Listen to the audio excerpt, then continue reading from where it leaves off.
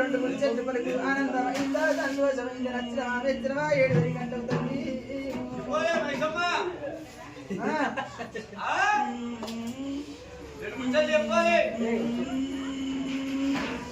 ఏమంటావు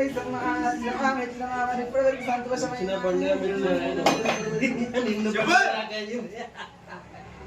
సంతోషమైన మైసమ్మ మరి శరణు శరణు నా తండ్రి శంకరయ్య తల్లి పార్వతం నేను దండం సంతోషం పరమానందము పరమానందము